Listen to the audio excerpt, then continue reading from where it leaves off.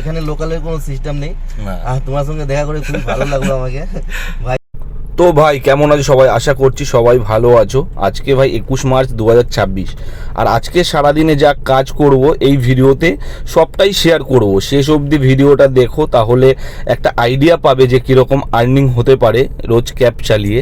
তো এখানে দেখতে পাচ্ছ যে ঘড়ির কাঁটায় বাজে ভাই 9:29 গাড়ির ড্যাশবোর্ডে।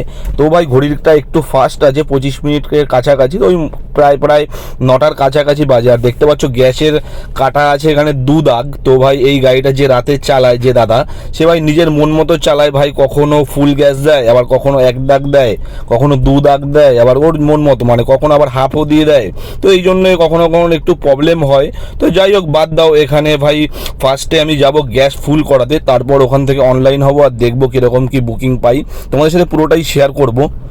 আর সবার প্রথমে বলে রাখি ভাই যে আমি এখন অন্য কোনো অ্যাপ চালাচ্ছি না ভাই, শুধু ইনড্রাইভে কাজ করছি। তো আমার যারা ভাই ব্রাদার আছো, তোমরা আমাকে অনেক অনেক সাপোর্ট করো, তার জন্য অনেক অনেক থ্যাংক ইউ তোমাদের সবাইকে। অনেক দিন বড় ভিডিও আসেনি, তো অনেক কমেন্ট ভাই জমা হয়ে আছে সবাইকে।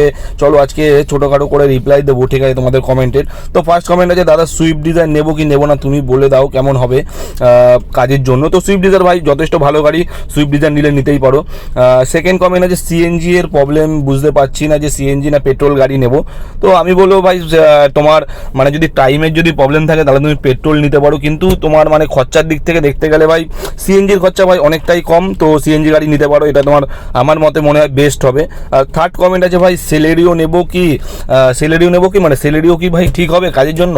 তো সেলেরিও ভাই সিএনজি যদি তুমি নাও ভাই অসুবিধা হবে না, সেলেরিও ভাই ভালো গাড়ি ছোটোখাটোর মধ্যে। তো আমার তো ভাই খুবই ভালো লাগে। 4 নম্বর কমেন্ট আছে, ভাই দাদা তুমি যে গাড়িটা চালাও কত করে ভাড়া নেয় একটু বলো প্লিজ। আমার যে গাড়িটা আমি চালাচ্ছি, এই যে দেখতে পাচ্ছ, এটার ভাই 600 টাকা করে পার ডে ভাড়া আছে। গ্যাস আমার, আর মেনটেনেন্স বাদবাকি যা আছে সেগুলো মালিকের। এটাই হচ্ছে আছে। আর 4 তারপরে নেক্সট কমেন্ট আছে, একদিন নিশ্চয়ই দেখা হবে ভাই, ব্যারাকপুরে আমি থাকি। তো ভাই হ্যাঁ অবশ্যই দেখা হবে কোনো না কোনো দিন, ঠিক আছে। তো নেক্সট কমেন্ট আবার আছে যে ভাই এলএমবি লাইসেন্স দিয়ে কি ক্যাব চালানো যাবে? হ্যাঁ, এলএমবি লাইসেন্সে তুমি ক্যাব চালাতে পারবে, আইডি তোমার তার আগে করে নিতে হবে। তো এটুকুই। তারপরে কমেন্ট আছে, দাদা মারুতি ইকো অ্যাটাচ করা যাবে কি ওলা উবেরে? তো ভাই মারুতি ইকো আমি বলতে পারবো না অ্যাটাচ করা যাবে কিনা, কমার্শিয়াল হলে হয়তো অ্যাটাচ করা যেতে পারে, কিন্তু তাও কোম্পানিতে একবার ফোন করে শুনে নিতে পারো তুমি। তারপর নেক্সট কমেন্ট আছে, ভাই রেন্টে গাড়ি কোথায় পাবো? রেন্টে গাড়ি ভাই তুমি একটুখানি খোঁজ নাও ফেসবুকে, তোমার মানে অনেকে দিয়ে রাখে ভাই অ্যাড প্যাড, ওখানে তুমি খোঁজ নাও, পেয়ে যাবে। তারপরে ভাই আরেকটা কমেন্ট আছে, যা গরম পড়েছে কাজে মন লাগছে না, তারপর কাস্টমার নন এসি বুকিং করছে, হাল খারাপ হয়ে যাচ্ছে, মনে হচ্ছে এমন চললে বেশি দিন বাঁচবো না। তো ভাই চেষ্টা করো ভাই এসি ট্রিপ নেওয়ার ভাই গরমের মধ্যে, সত্যি এই বছর গরমটা একটু বেশি পড়েছে। তো যাই হোক ভাই কাজ তো করতে হবে, তো দেখা যাক কীরকম কি। আরও তো গরম পড়বে ভাই সামনে, পারলে চেষ্টা করো যে এসি বুকিং নেয়ার। আর এটাই লাস্ট কমেন্ট আছে যে এর মধ্যে আবার মধ্যমগ্রামে সিএনজি পাম্প কোথায় আছে? মধ্যমগ্রামে সিএনজি পাম্প আছে ভাই বাদু রোডের উপরে আছে, ওই আর্মি ক্যাম্পের পাশে একটা চটকা পাম্প বলে আছে, ওখানে আছে। তো দেখতে পাচ্ছ আমি চলে এসেছি হচ্ছে গ্যাস ভরানোর জন্য কল্যাণী রোড ধরে 19 কিলোমিটার ভাই ফাঁকা চালিয়ে শ্যামনগর পাম্পে। তো দেখতে পাচ্ছ ওখানে তোমরা এখন সামনের দিকে দেখো কতগুলো গাড়ির লাইন আছে, কিন্তু ভাই এই পাম্পের একটা ভাই ভালো ব্যাপার কি, মানে এই লাইনটা না মানে খুব তাড়াতাড়ি টানে ভাই। অন্যান্য পাম্পে যেরকম ভাই ঝুলে ঝুলে আস্তে আস্তে যায়, এই পাম্পে ভাই খুব তাড়াতাড়ি টানে। তো সামনের দিকে চলো দেখাচ্ছি কত টাকার কি গ্যাস ভরে, সবই তোমাদের সাথে আমি শেয়ার করছি। ভাই লাইনে হাঁটতে হাঁটতে বুঝতে পারছি যে আমার সামনে ভাই প্রায় 15 থেকে 20টা গাড়ি আছে। তো যাই হোক এই লাইনটা ভাই যত তাড়াতাড়ি টানবে আমি তত তাড়াতাড়ি ভাই গ্যাস পেয়ে যাব। আর আমি সামনের দিকে আগে মানে কি দেখতে যাচ্ছিলাম বলো তো, মানে অনেক সময় কি হয় অনেক রকম প্রবলেম থাকে, ওই জন্য গ্যাস দেয় না। তো ওই জন্য আমি সামনে গিয়ে না একবার দেখি যে মানে প্রেশার কিরকম আছে গ্যাসের, আর গ্যাস মানে দিচ্ছে কি না বা কোনো প্রবলেম আছে কিনা। তো সামনে গিয়ে আমি দেখতে পেলাম যে না কোনো অসুবিধা নেই। একটা দেখো এখানে 1200 কেজির একটা গাড়ি এখানে ঢোকানো আছে সামনের দিকে, আর মোটামুটি গ্যাস দিচ্ছে, ভালো স্পিডে দিচ্ছে। তো বেশিক্ষণ আশা করি লাগবে না। তো ওখানে রোদ্দুরের মধ্যে ভাই আমি জাস্ট এটাই দেখতে গেছিলাম যে গ্যাস আদৌ দিচ্ছে কি দিচ্ছে না। তো ভাই তোমাদের সাথে আরেকটা কথা ভাই শেয়ার করে দিই, আমাদের এখানে তো তোমরা জানো সবাই সামনেই ভোট আছে 29 তারিখে, আর আজকে আমি যখন ভয়েস ওভার দিচ্ছি আজকে হচ্ছে 22 তারিখ।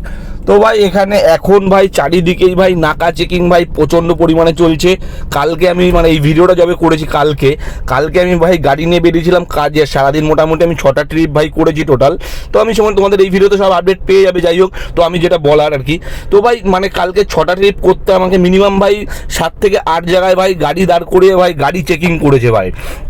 এটা ভাই চারিদিকে ভাই নাকা চেকিং আছে, যে কোনো মানে কেউ ভাই যারা গাড়ি চালাও ভাই অফলাইনে ভাই কেউ ভাই ভাড়া যদি তোলো ভাই তো অবশ্যই একটুখানি সাবধানভাবে তুলো, আর যদি লাগেজ পাগেজ থাকে আগের থেকে ভাই জিজ্ঞাসা করে নিও। আর কি বলবো মানে বুঝতে পারছো আমি কি বলতে যাচ্ছি ভাই, কোনো ভাই অন্য টাইপের কোনো জিনিসপত্র ভাই ক্যারি করো না গাড়িতে, তাহলে ভাই প্রবলেম হয়ে যাবে। কেননা ভাই তুমি যেখানে যাবে ভাই কলকাতার শহরের ভিতরে সব জায়গাতেই ভাই নাকা চেকিং চলছে। তো আগের দিন আমি একটা এয়ারপোর্টের কাস্টমার নিয়ে যাচ্ছিলাম, এয়ারপোর্টের কাস্টমারের ভাই লাগেজ খুলে ভাই চেকিং হয়েছে। তো আমি এখানে ভাই গ্যাসের লাইনে বসেছিলাম, আর তখনই ভাই আমার পাম্পে দেখা হয়ে যায় ভাই এই দাদাটার সাথে। এই দাদার সাথে দেখা হয়ে গেছে, ঠিক আছে। আজকে এখানে এসে তো দাদা ভিডিও ভাই মানে মোটামুটি ভালোই দেখি, ফেসবুক খুলে আসে, এর মধ্যেই দেখছিলাম একটা লং ট্রিপ নিয়ে গেছে বিহার, তাই তো? বিহার গেছিল তো? ওই দুদিনের ট্রিপ ছিল। দুদিনের ট্রিপ ছিল, যাই হোক মোটামুটি। আমার এমনি ভাড়াই বেশি থাকে। হ্যাঁ আমি দেখেছি তোমার প্রাইভেট ভাড়া থাকে।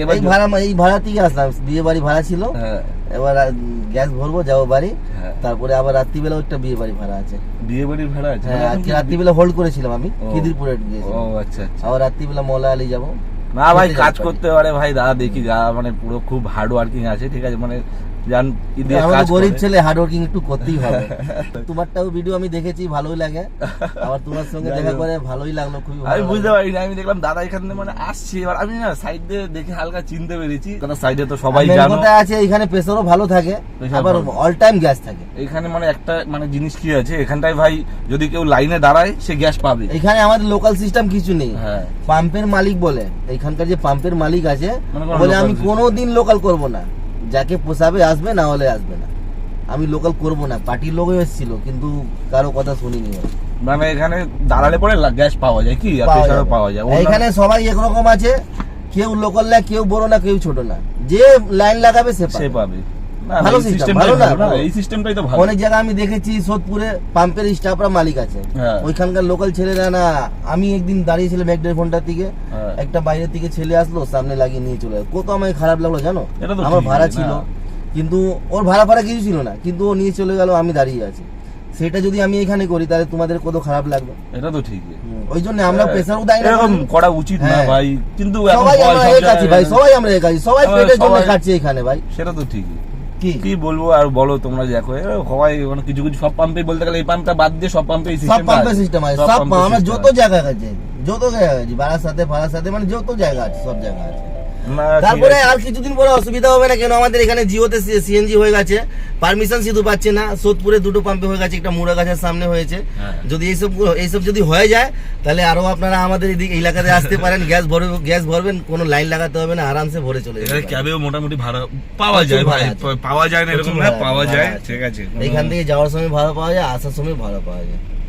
কিন্তু র্যাপিডোটা চালানো যাবে না ভাই, র্যাপিডোটা কোনদিন চালাবে না। আমি শুধু একটাই চালাই, উবের ছাড়া আমি চালাই না, ঠিক আছে। আমার লাইন একটু আগে তোমার সাথে দেখা করে খুবই ভালো লাগলো।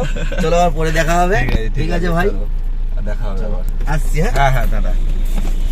তো ভাই আমার লাইনও প্রায় চলে এসেছে, দেখতে পাচ্ছি এই সামনে ভাই আছে হচ্ছে তোমার, আর 2-1টা গাড়ি আছে। তো ভাই দাদার সাথে কথা বলতে বলতে আমার গ্যাসের লাইন চলে এসেছে, আর দেখো গ্যাস ভরে নিয়েছে হচ্ছে টোটাল 664 টাকার, আর পে করেছিলাম 670 টাকার।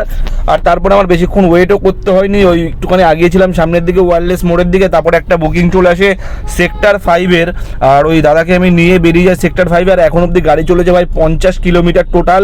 তো সেক্টর 5-এর ওখানে বাগুইহাটি ব্রিজ না ধরে আমি নিজের থেকে গিয়ে কেষ্টপুর খালপাড় হয়ে ভাই চলে যাই সেক্টর 5-এ।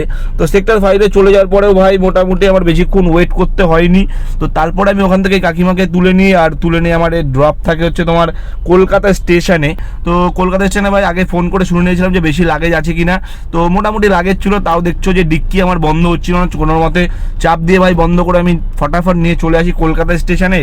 তো ড্রপ করে দেওয়ার পর অনেকক্ষণ ওয়েট করেছি কলকাতা স্টেশনে, কোনো বুকিং আসেনি। তো যেহেতু কলকাতা স্টেশনে মানে পার্কিংটা ফ্রি থাকে, আর যদি তুমি পিক আপ করো ওখান থেকে তাহলে তোমার পার্কিং ফি দিতে হয়, না হলে তোমার ফ্রি এমনি বেরিয়ে যেতে পারো পয়সা না দিয়ে। তো ভাই বুকিং ঢুকছিল না, বেরিয়ে যাই ফটাফট। তারপর একটা বুকিং মানে একটা দিদিকে তুলে নিয়ে ড্রপ থাকে হচ্ছে তোমার দোলতলা মোড়, আর এই যে দেখতে পাচ্ছ নামিয়ে দিয়েছি দোলতলা মোড়ের এখানে। তো এখানেও ভাই আমি বেশিক্ষণ ওয়েট আমার করতে হয়নি, মোটামুটি গাড়িটা ঘুরিয়ে আমি বিটি কলেজের দিকে চলে যাই, আর বিটি কলেজের ওখান থেকে আমার চলে আসে হচ্ছে একটা বুকিং, যেটা মধ্যমগ্রাম জুডিওতে ড্রপ ছিল, মানে ছোটোখাটো ট্রিপ করছিলাম, তো জুডিওতে ভাই ড্রপ করে দিই, তারপরে জুডিওর ওখান থেকে ভাই আমি চৌমাথার ওখানে চলে যাই মধ্যমগ্রাম, ওখান থেকে খাওয়া দাওয়া করে নিই, তারপরে আবার বুকিং চলে আসে হচ্ছে স্টার মল থেকে ড্রপ ছিল হচ্ছে তোমার নিউ টাউন ক্যান্ডরে, এই যে স্টার মলের ভিতরে শিশিরকুঞ্জ অ্যাপার্টমেন্টে ঢুকে গেছি, তো এখান থেকে দাদাকে পিক আপ করে নিলাম, আর এই যে নিউ টাউন রাস্তা ধরে আমি যাচ্ছি, মোটামুটি 40 মিনিটের মতো ভাই টাইম লেগেছিল, দুপুরবেলার দিকে যে ফাঁকাই থাকে রাস্তাঘাট। তো এই যে নিউ টাউন ধরে আমি এই যে দেখতে পাচ্ছি ক্যান্ডর গেট ওয়ানের সামনে ড্রপ করার পর আমার বেশিক্ষণ ভাই ওয়েট করতে হয়নি, অপোজিট থেকে একটা বুকিং ঢুকে গেছিলো, তাই জন্য আমি সামনের দিকে আগাচ্ছিলাম ইউটার্ন নেওয়ার জন্য, তো ইউটার্নটা বন্ধ ছিল, অন্য জায়গা থেকে সামনে থেকে আরও ঘুরে ইউটার্ন নিয়ে এসে আমি এই হসপিটালটা সিএনসিআই চলে আসি, এই ভিতরটা থেকে এখানে মানে একটা দিদির পিক আপ ছিল ভাই, আর ড্রপ ছিল তোমার ব্যারাকপুরের অনেকটা আগে, ব্যারাকপুরের কিছুটা আগে। তো যাই হোক, এই বুকিংটা আমি আজকে শেষ বুকিং সেই হিসাবে নিয়েছিলাম, তো মোটামুটি ভালো কাজ হয়ে গেছিলো, টোটাল 2,500 টাকা মতো কাজ হয়ে গেছিলো। আর আমি কিছুদিন আগে ইনড্রাইভে তোমার ভাই হচ্ছে একটা বোনাস পেয়েছি, বোনাসটা দিয়েছে হচ্ছে 690 টাকার একটা বোনাস দিয়েছে, যেটা তোমার হচ্ছে কি আর কি টিপের ওই কমিশনার ওখান থেকে মানে ওয়ালেট থেকে ব্যালেন্সটা যে মাইনাস করে, তার সাথে ব্যালেন্সের মাইনাসটা হাফ করে, ব্যালেন্সটা হাফ মাইনাস করে, আর ওই বোনাস থেকে হাফ মাইনাস করে। তো দেখতে পাচ্ছ কথা বলতে বলতে আমি চলে এসেছি কল্যাণী এক্সপ্রেস ওয়ে ধরে, বললাম ভাই কল্যাণী এক্সপ্রেস এখন যে সুন্দর হয়ে গেছে, বেশিক্ষণ টাইম লাগে না ভাই, তাড়াতাড়ি ফটাফট ভাই ওনাকে ড্রপ করে দিলাম, দিদিকে একটা পেশেন্ট ছিল, ওনার বাবা ছিল, তো একটুখানি ধরে গাড়িটা চালিয়ে মানে গাড্ডা পাড্ডা বাম্পার থেকে আস্তে আস্তে চালিয়ে ওনাকে ভাই ড্রপ করে দিয়ে আমি ওনার লোকেশনে, তারপরে ভাই ওনার থেকে আমি ফেয়ার নিয়ে নিয়েছিলাম ওই মোটামুটি 950 টাকার, ওই 900 না 885 টাকা মতো এরকম ফেয়ার এসেছিল ভাই।